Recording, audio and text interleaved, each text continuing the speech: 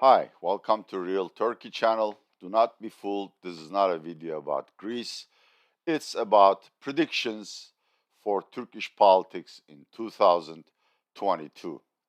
I really like to do my forecasting by reading entrails, and I usually prefer a smaller animal, but this one will do. Hello there, this is Atilla Yesilada, your loving, caring presenter for Real Turkey channel. First of all, if I'm not going to see you before the end of the year, season's greetings. Merry Christmas, Happy New Year, whichever one you want to have. Hanukkah, I think, is past, so, Happy Hanukkah too to my Jewish friends. Uh, that time of the year, I've been doing predictions for the next year over the last 30 years. By the way, none of which ever materialized. But hey, all I can say is I am no worse than Wall Street strategists.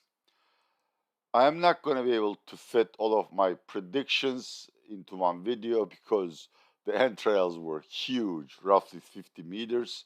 So I'm going to do a series of videos. In this one, I'm going to do Turkish politics.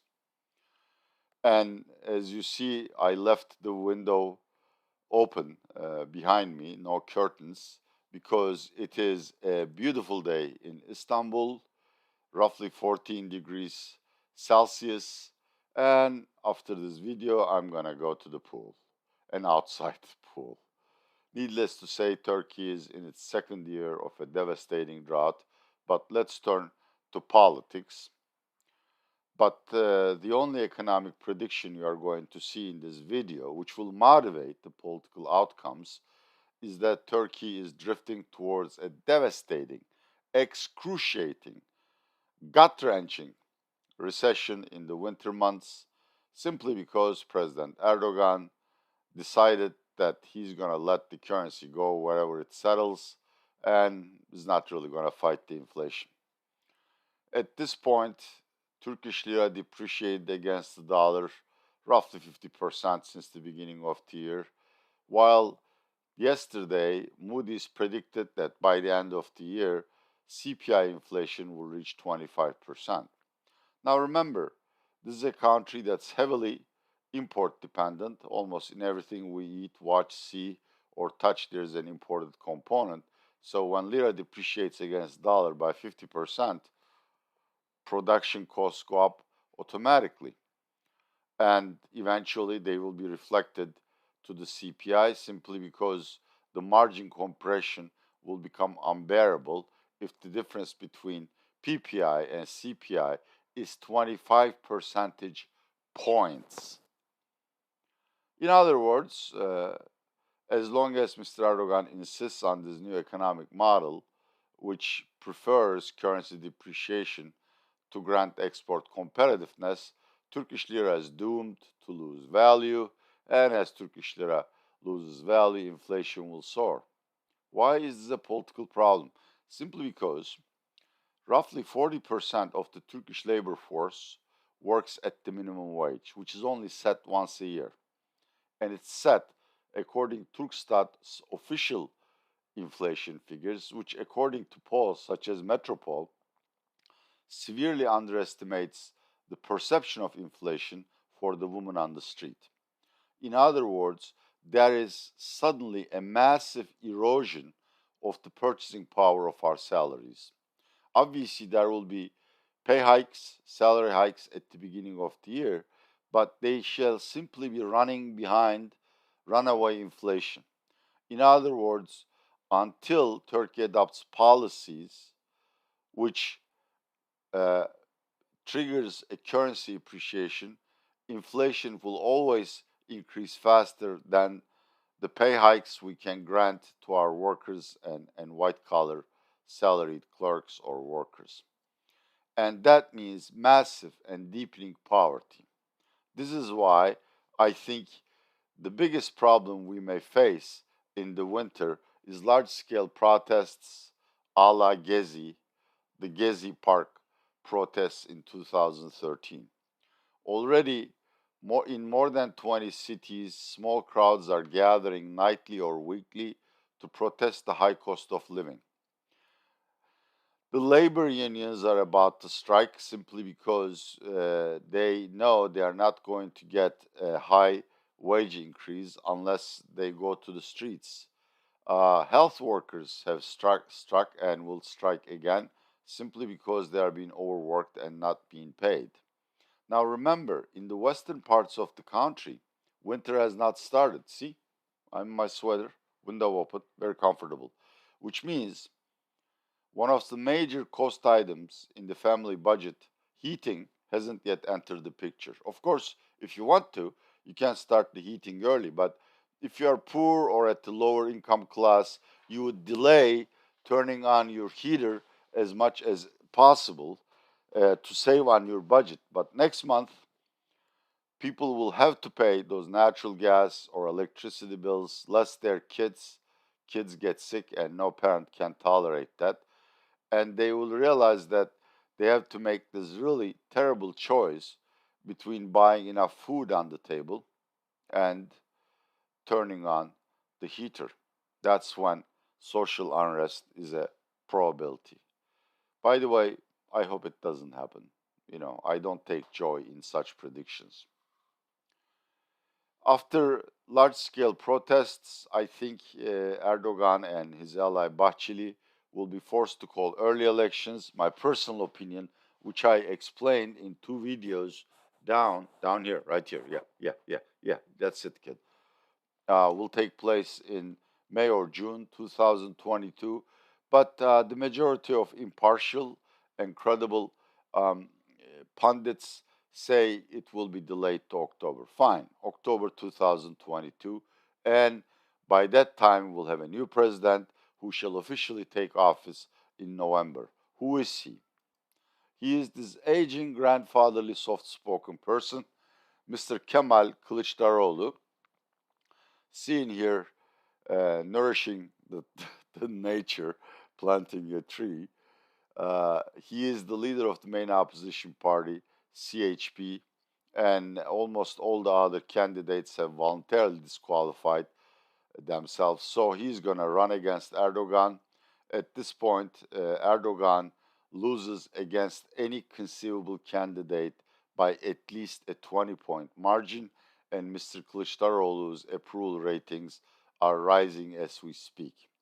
So unless miracles happen, Mr. Kemal Kılıçdaroğlu will lead the National Alliance, the opposition camp, into presidential and general elections, and he shall be declared Turkey's next president. Turkey's next parliament will be governed by a majority of National Alliance. That's a six-party coalition centered around this gentleman's party, CHP, and Mrs. Aksener's party, İYİP, but DEVA, Gelecek, Saadet Partisi, and Democratic Party, rather smaller constituents, will also be given seats. Mr. Yesilada, predictions are fine. Predictions means you don't have to prove anything. You are just reading the entrails. And a cow's entrails are really not much smarter than you. Why should I be watching this? Because I have data verifying my predictions. Let's look at this. This is a poll of polls, average kind of thing. It's in English, I hope. Yeah, it's in English. And it averages all the polls that appeared between October of this year and end of November. Let's look at the numbers. After undecideds and independent voters are distributed, AKP gets 32.8%. Its only ally, MHP, gets 8.5%. So the total is something like 41.3%. The rest of the parties shown here are either parts of the opposition coalition or like HDP, the pro-Kurdish rights party, will contest the elections by itself, but it's guaranteed, as you see, it's right at 10% margin. It's guaranteed to make it to the parliament, and it will support a national alliance government without necessarily joining it. More importantly, only AKP voters and a part, probably only a half of MHP voters are expected to vote for Erdogan, while the rest, including HDP, is going to vote for opposition candidates. Now remember, this poll is after we distribute the undecideds according to the share of raw votes each party gets. Fine, no problem, that's the usual practice. But Turkey's uh, undecideds are at this point 17% of the total electorate, so a lot of pollsters are asking second and third questions to get an idea of which way these people are leaning. This table in Turkish is from Yöneylem. I picked it because it's the newest. Metropole poll came after that, but I don't have the breakdown. They don't send me their monthly survey results. Now, if you really prod undecideds, 59% insist that they are undecided or they don't tell you what their choice. Only 11.2% show an inclination for AK Party and MHP, that is Mr. Erdogan's parties, compared to 23.7% for the National Alliance, plus 5.9% for other parties, and like HDP, DEVA, Saadet, and Gelecek are actually part of the National Alliance. So I would say among those undecideds which have a second preference, the National Alliance is roughly 3-1 ahead of the AKP-MHP coalition. In other words, when the actual polling day comes, and assuming these results as I presented don't change, the opposition would probably have roughly 65% of the overall vote, which by definition makes it almost impossible for Mr. Erdogan to get elected. So, what these people will do when they come to power? Domestic politics. Remember, I only do politics. The first thing they will do is try to start the peace process, which was terminated by Mr. Erdogan. It is a national dialogue between Turkey's majority Turks and the parties that represent them, and Turkey's minority Kurds and the party that represents them, HDP. Here you go, Kurdish women, and the banner behind them says, "This country needs peace." Honestly, this country definitely needs peace. Unless you have ethnic and sectarian peace, we shall never have the strength to fight our foreign enemies or have the mental stamina to innovate to create a better economy. And honestly, while HDP is pro PKK, which is a terror outfit, I think one reason why it is so hesitant to cut its ties to PKK is simply because it is declared an outcast by AKP and MHP. If the National Alliance, as I think they will, draws HDP into the parliamentary process and legitimizes the party, it will have a wider support base and more acceptance in mainstream Turkish politics, at which point they have to ditch any alliance to PKK. Kurdish rights and PKK are not the same thing. PKK is a terrorist organization. It has nothing to offer to the Kurds. But I think, obviously, we're not going to have peace immediately, but I think if at least the beginning of the process and the reduction of the massive oppression in Kurdish areas, where almost everyone is a usual suspect, will significantly improve Turkey's social environment. The next thing this administration will do is to release two political prisoners or prisoners of conscience. Here I show their pictures. The one on the left is a philanthropist, Mr. Osman Kavala.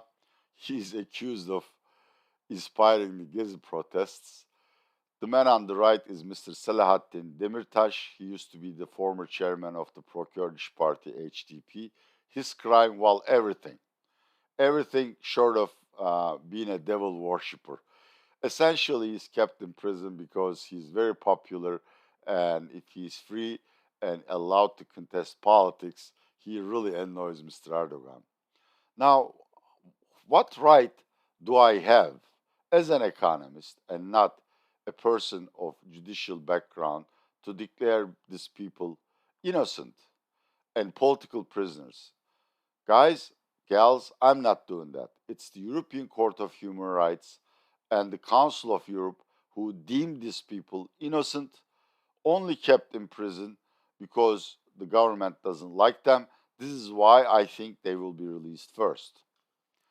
But remember, I don't want to do injustice to hundreds of friends in the journalism business who have been falsely accused and are spending their lives behind the bars simply because they have reported things that the government finds unpalatable. A recent example is Metin Gürcan, in my view, the best military affairs strategist in Turkey, who made the mistake of joining Ali Babacan's party. Now he is detained under accusations of being a military spy. You know, and there are also tens of thousands of people who are wrongly accused of being supporters of Gülen. Gülen is a terrorist, and he did organize the 2016 coup. And part of the Gülenists, which is an Islamic denomination or sect, are indeed politically motivated and have plotted crimes against the state. But Turkey's justice system has cast such a wide net that tens of thousands of people are falsely accused and kicked out of their jobs or put behind the bars for sympathizing with Gülen or PKK. We need to separate the wheat from the chaff and free those people. If we do that, I forgot another chart, we shall be able to open negotiations for a renewed and extended customs union with Europe. The current one is very aged. Its rules don't necessarily concord with EU's recent partnership agreements with several countries or economic blocs. And most importantly, it doesn't cover services or agriculture, where we're probably going to be able to export more. And that would not only be a massive boost to Turkish morale and the morale of the business community, but of course, it would also raise hope that Turkey can, at some time in the future, become an EU member. Really, to me, it doesn't make a difference whether Turkey is an EU member. What matters to me is economic and political integration. In other words, a Turkey that exports a lot to Europe and receives a lot of FDI from Europe, as well as establishing a justice system and a code of laws which are acceptable for EU standards, which we say meeting the Copenhagen criteria. And of course, one of the first things the new government will do is to mothball S-400s. These Russian-made anti-missile babies have been sitting in silos for over a year. They have never been used. There is really no chance to use them because the moment Ankara decides to use them, American Congress is going to punish them with CAATSA sanctions, which will probably involve financial sanctions as well. More importantly, we don't really need them. I mean, we definitely need an anti-air defense system, but the only two countries which have an arsenal that can flood Turkey or rain missiles on Turkey are Iran and Russia, and S-400s don't work for them. So I think they will be mothballed, and the key is given to a NATO officer to make sure we don't activate them. This way, the CAATSA sanctions will be lifted, and our relationship with the United States will improve. And my final prediction is that the new government will speak to Mr. Assad. Why? Because Turkey has 4 million Syrian refugees. They live under miserable conditions. They are really being exploited by unscrupulous business people by being forced to work at half the minimum wage, no social benefits, no health care, etc., etc. It is really ugly, people. There are stories in the Turkish press about the Syrian families forced to sell their 13, 14-year-old daughters into arranged marriages just to make ends meet.